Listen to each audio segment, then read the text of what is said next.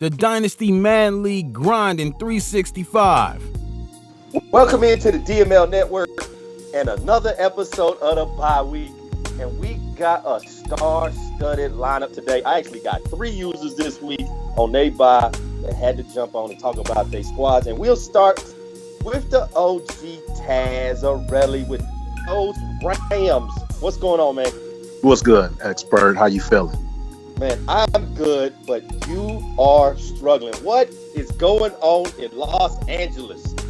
Man, I wish I could tell you. I have no clue what the problem is right now. Well, Kaiser went down with the injury. He's still out for another 3 weeks. Then I've had multiple linebackers going down and coming back. Gurley gets injured. He's out for the season. It's just, I guess this year was my year for the injury bug to hit me, and it's hitting me hard. And so, just going to limp on through. You definitely got the injury bug hit you this year with some key pieces going down. You got Matt Barkley back there trying to play quarterback, hold it together. That's not working. But you've had a tough schedule. Let's not try and hide anything, Taz. Let's look at the schedule start. Now, you lose the opener versus Flair, and I know that one hurts you. Yeah. Not because it's Flair.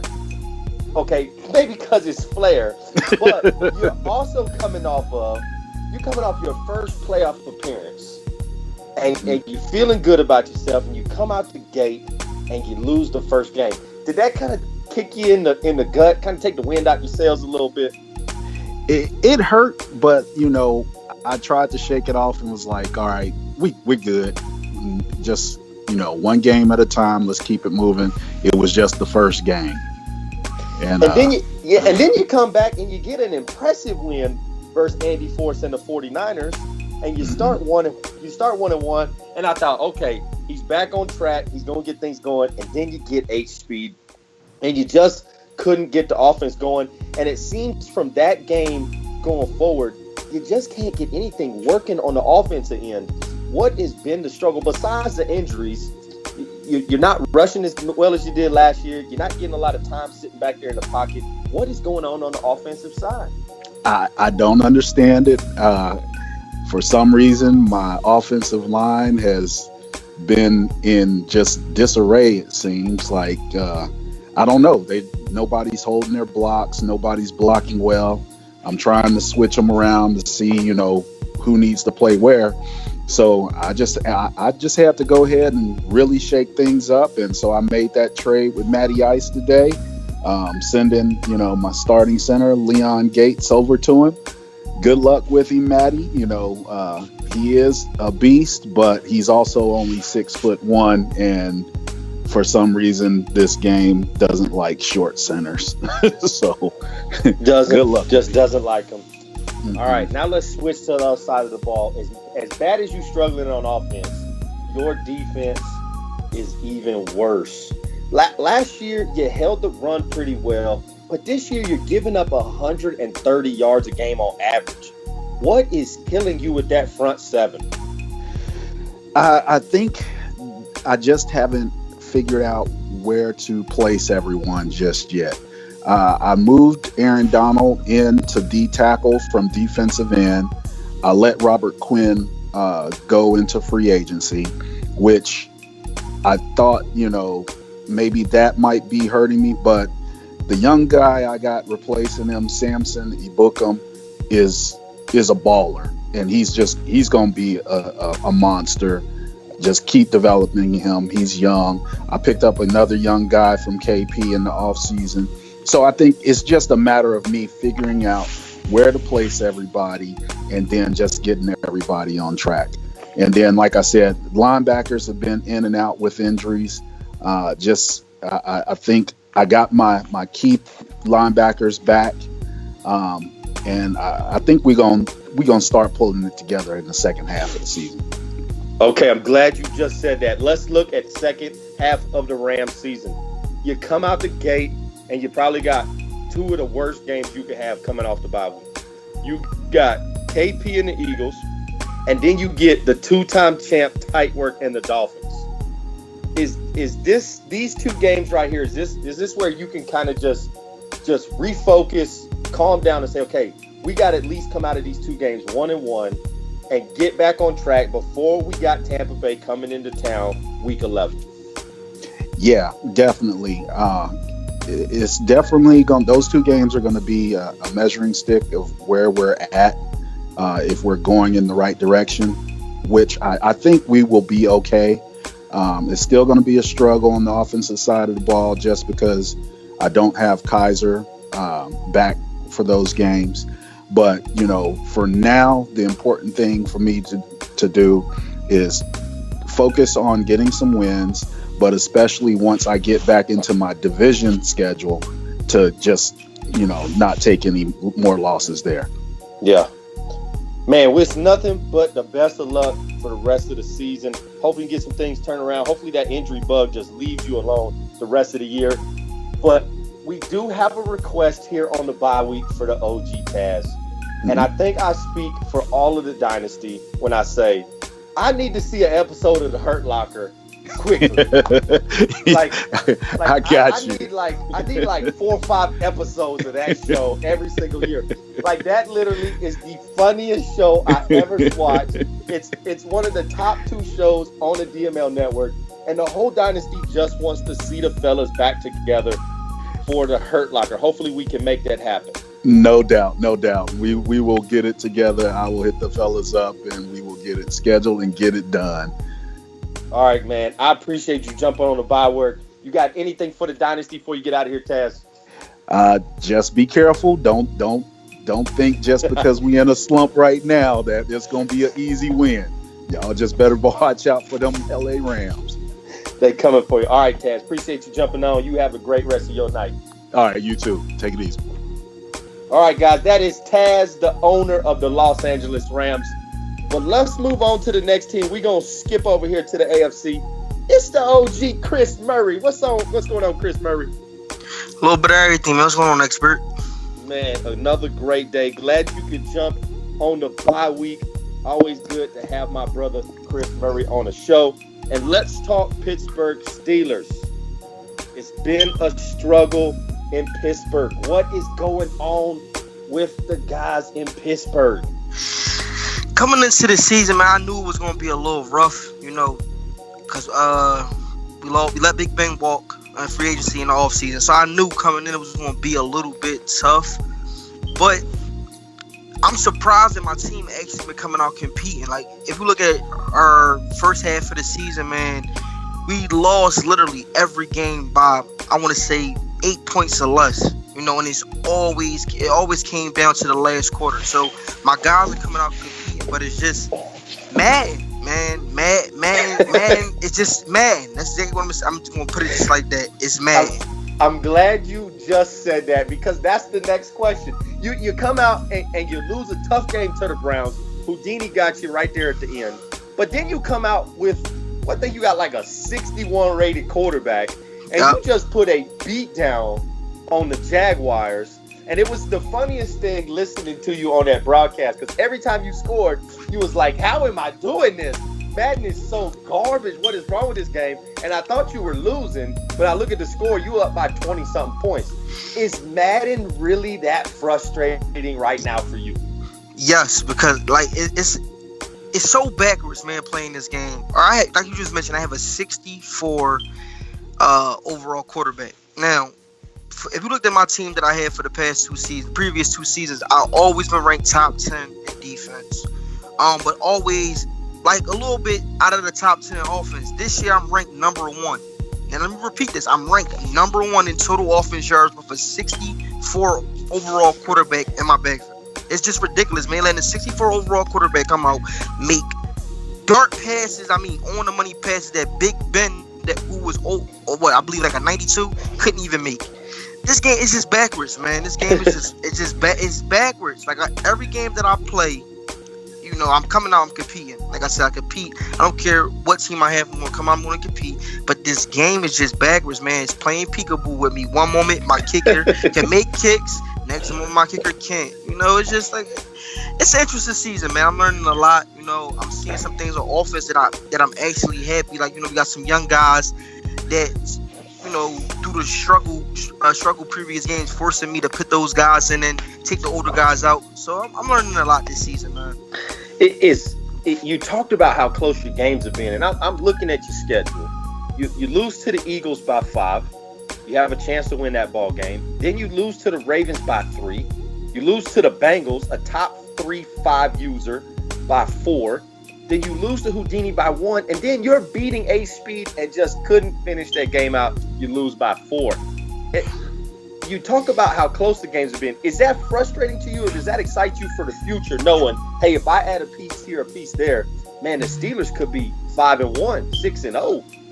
Definitely, man. Just looking at that schedule, like you just said, out of that schedule that you just named, I probably faced at least a couple top 10 dynasty users. So just coming out, noticing how I was able to compete with with the pieces that I had, I'm definitely excited for the future. And like I said, man, this is just a learning process, because what it's doing is it's forcing me, the older guys that I had around, it's forcing me to take them out of the game and put some of these younger guys that I had, you know, that's trying to find a place on our team, in our offense, in our system, and just play it, man. And just go through the phase. That's all it is, man. Just a phase, you know. Because my team, like I said, we definitely coming out every week competing. But you know, a little bit of mad mixed with some bad decisions, man, will have you ranked right exactly where I'm at. All right, so let's talk about quarterback situation.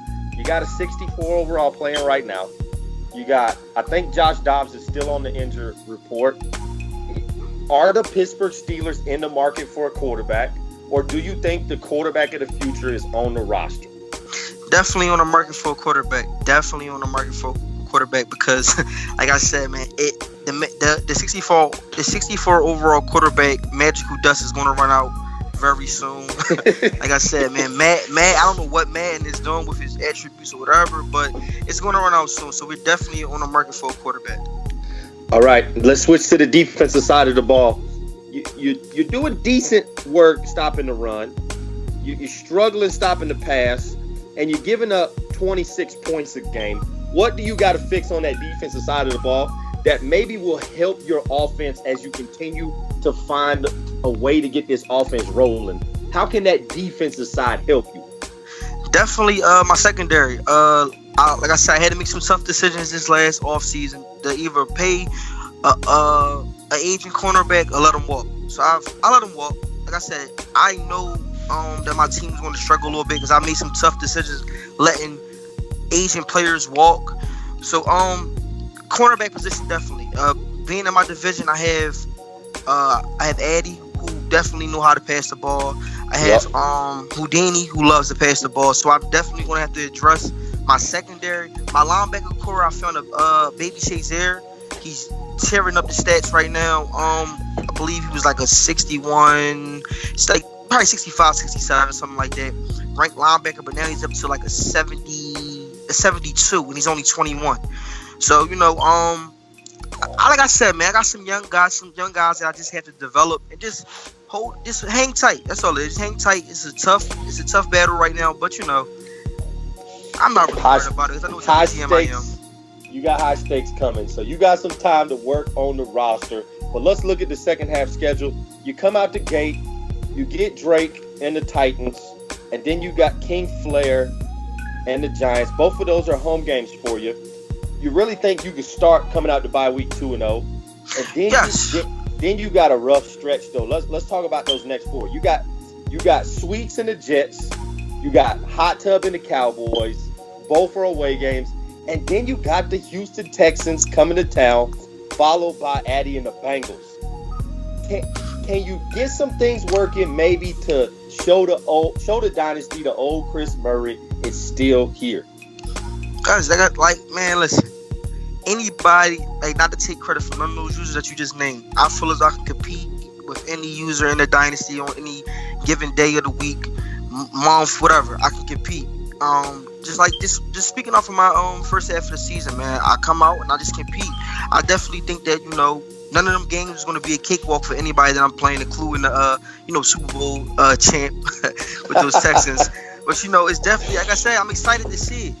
Because it's a battle. It's a battle. Just coming out every week, knowing that I'm playing with a 64 overall quarterback, it's put an extra chip on my shoulder, man. It puts an extra chip on my shoulder just to come out and compete. I'm definitely looking forward to it. Yeah, no doubt. And you do have a banner in the Dynasty, so you actually can hang your hat on that. If you don't have a banner, then we might talk. But Chris Murray has won a high-stakes season before, so you can talk all you want. I'm excited week 13 to bring the Texans into Pittsburgh and see what we can do against that 64 overall rated quarterback. But, hey, man, I appreciate you jumping on the show. Do you have anything for the Dynasty before we get out of here?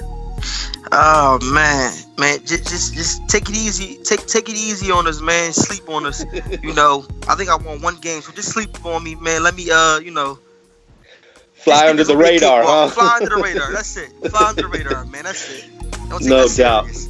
All right, man. Appreciate Chris Murray. Appreciate you jumping on the show and coming on the bye week. All right, man. Thanks for having me, man. No doubt. All right, guys. The next one up.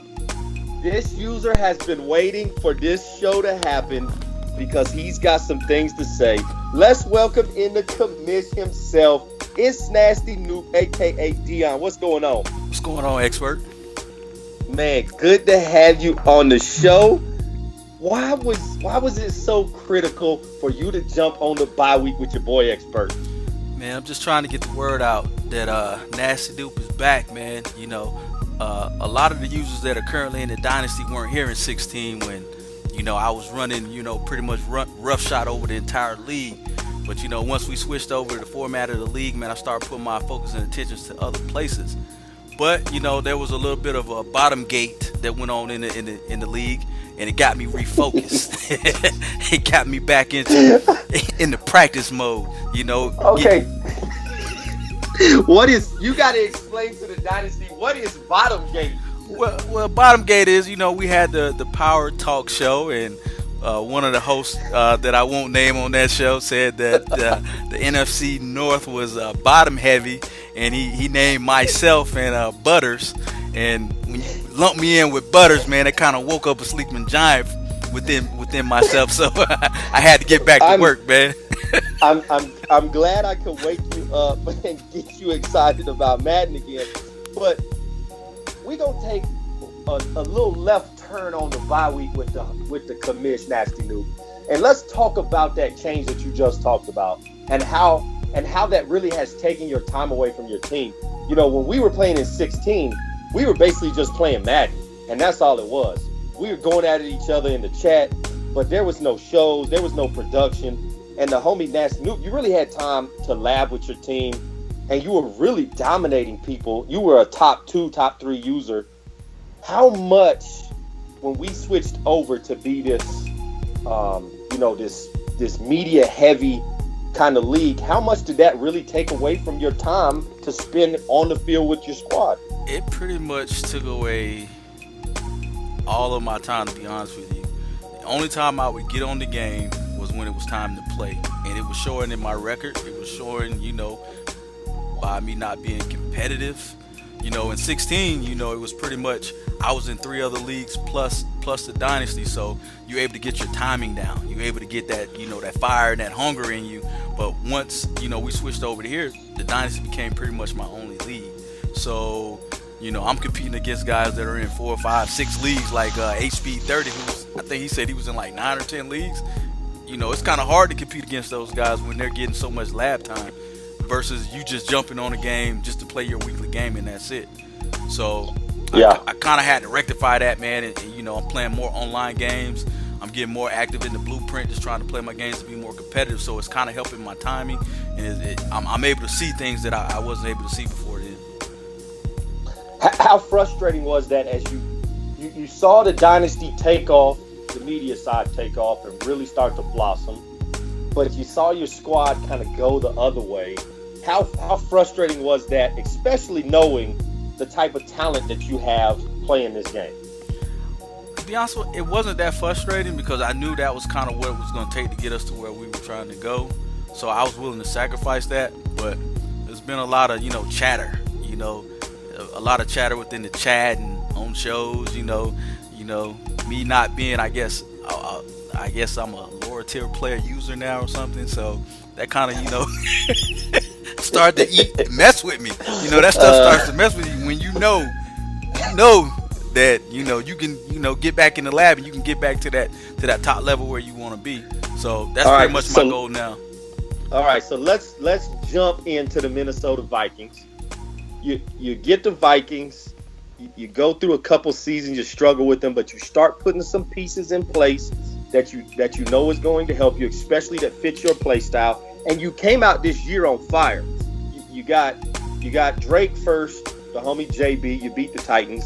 Then you got a home game versus the rival Chicago Bears, and you pretty much shut that game down early, and you win 21-7. You beat Butters, but then again, who doesn't beat Butters?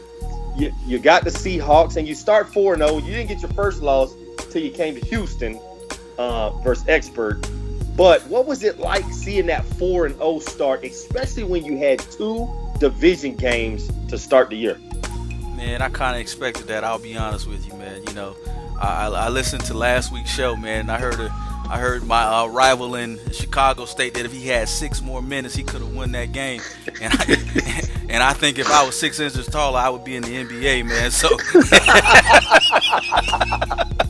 woulda, coulda, shoulda, woulda, man. But he has to realize, man, over our last couple games, I've been getting closer and closer each game we played, to where it became, I knew why I was losing those games because I was giving him pick sixes. And I knew going into that week 2 matchup, I wasn't going to give him any pick sixes. I was going to manage the game. I was going to run the ball. I was going to throw when I needed to.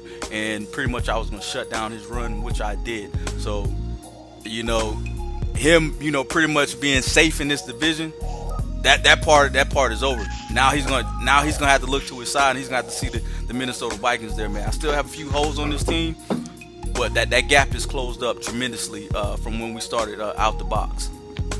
No doubt. And let's talk about that offensive side a little bit. You got a new quarterback, the young rookie, 21 years old, Mr. AJ Gasperson. And there was a lot of talk in between some players that maybe he wasn't the best quarterback in the draft. Of course, you think he's the best. Has he proven that he was the top guy, especially coming to Minnesota?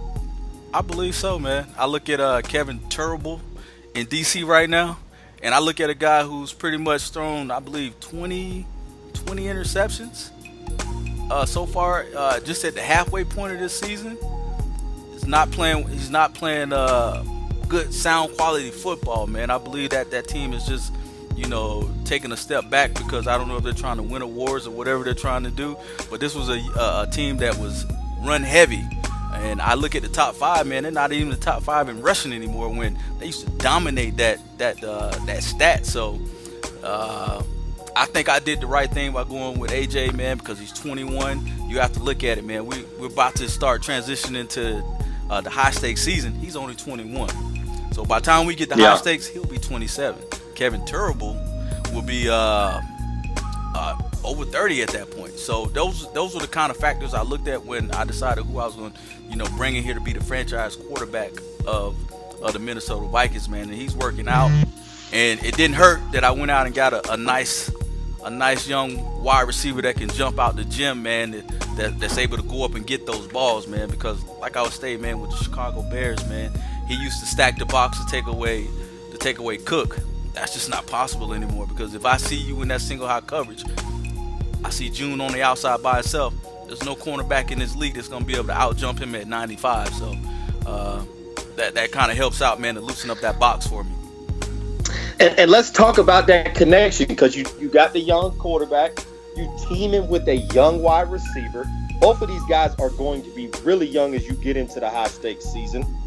Is this the duo that makes the Minnesota Vikings more balanced on offense, where you've been kind of that run first and then stop you on defense kind of guy? Most definitely, man, because June gives me that threat, man, that I have not had. We had Diggs, but Diggs is more of a possession receiver, which, he's able to go across the middle, do the slants and all that stuff. But I did not have that deep ball threat guy. People have to respect that now, so they're no longer able just to stack the box against me. I go into every game, man. If I can stay focused to my game plan, it's not too many people that can beat me in this league, man, if I stay focused. But if I get outside my game and I start trying to throw too much, get away from my, we all run first team, that's when I start to run into a lot of trouble. And I got to remember that. So let's switch now to this defensive side, because if anybody asks me what type of user you are, you hang your hat on the defensive side of the football. If we go back to 16, I think there were games when I played you where I had less than 50 yards of offense, and you would just press and bring all the heat you could bring. And that's kind of what you're doing right now with this defense. You got top 10 in yards, top 10 in points, top 10 in passing yards. You're giving up less than 100 in the rushing yards. Are you still a couple pieces away to be where you want to be, or is this defense exactly what you expect? This defense, in my opinion, is horrible. At this point, oh my goodness, it's smoke and mirrors, because I'm used to being a top 5 user in defense. Not to be in those categories, top 5 across the board, man, it's horrible to me. It's we're giving up too many rushing yards, and we're giving up way too many passing yards, which is, kind of upsetting, to be honest with you. Wow. If you think this defense is horrible, there are a lot of users in the Dynasty that would take top 8, top 9 across the board on your defense. But if you're not reaching to be the best, then I don't know what you're playing this game for. But let's look at schedule coming out the bye week. You got King Flair. Is that kind of a trap game for the Minnesota Vikings? Yes. Sometimes, man, when I play Flair, I'm like, I'm just gonna blow him out, and then he usually makes the game either close or he beats me. So, but I'm not playing that at any point this season, man. I'm focused this season. I got one mission, and that's to win this division. So I'm taking every game on the second half of this season very serious. All right, then you get the Packers. You got 4 home games after that. You got the Packers, the Colts, the Falcons, and the Lions. Can we see the Minnesota Vikings start the second half 5-0? That's my goal. And like I said, man, I was listening to your show last week, man, and the Bears stated that we played week 14. I'll be honest with you, I didn't even know I played him again this season, because he's just not on my radar, man. We got bigger goals, Wow. Let's talk about week 14. You got the rematch. It's you going to Chicago to play the buses running KP and those Bears. You say it's not circle, but to win this division, you got to beat him 2 times. Now that you know that you have an opportunity to put Nasty Noob back on the map where he belongs, is that game really that important? For me, it's just another game, man. I'll be honest with you. I hate to say that, but it's just another game at this point, man, because I know what he likes to do. He likes to run the ball. My defense is built to stop the run. So I'm going to force him to pass. I'm going to force him to make mistakes. And then, I expect to come out of that game with another win, man. Moving forward, I expect to dominate this division. I'm just going to be very honest with you. I expect to dominate this division from this season moving forward. Until Madden 19 comes out. You heard it here on the bye week. Nasty Noob is officially back according to himself. I cannot wait to see what happens in the NFC North. It is going to be a battle between those top 2 guys. Dion, though, it is still a bottom-heavy division, though. It's just 2 different users that have causing it to be bottom-heavy with John, and Butters. And the only reason that Butters is down there is because he's tanking this year. Regardless what anybody says, he's tanking because he finally won his first game this year, and it was a blowout. You can't tell me that you played the first 6-7 games and you're trash, and then all of a sudden you come out and your offense clicks and you can put up 60-plus points. That's a tank job. It reminds me of Breezy's season when he's trying to get the first-round pick. But it's okay. It's okay because it's still Butters. He's not going to do nothing with it. But, Dion, any last words you got for the Dynasty or even for the NFC North? Man, I just want everybody to know, man, when you see the Vikings on your schedule, it's no more of a free win at this point, man. We're coming out to ball. I'm putting in the time. I'm putting in the late nights. I'm doing everything in my power. Now, I can't beat you and Madden at the same time, so You will get the win if I get the Madden BS, but outside of that, if it's a head up game, it's not too many people that's gonna be able to beat me moving forward, man. I'm just focused now. Thank you to the like I said, to the heavy bottom gates. I appreciate that 110%, man, for waking me up and getting me back in the mood of Madden, man. Well, I'm glad we could get you back focused again on the Vikings. Man, I can't say thank you enough for you jumping on the show as much as you got going on your plate with recording and producing and running the league. Shout out to the homie Dion. Appreciate you jumping on the bye week. No problem, man. It's your boy XPERT, and we out. Thank you for tuning into the DML Network. Be sure to hit that like and subscribe button below.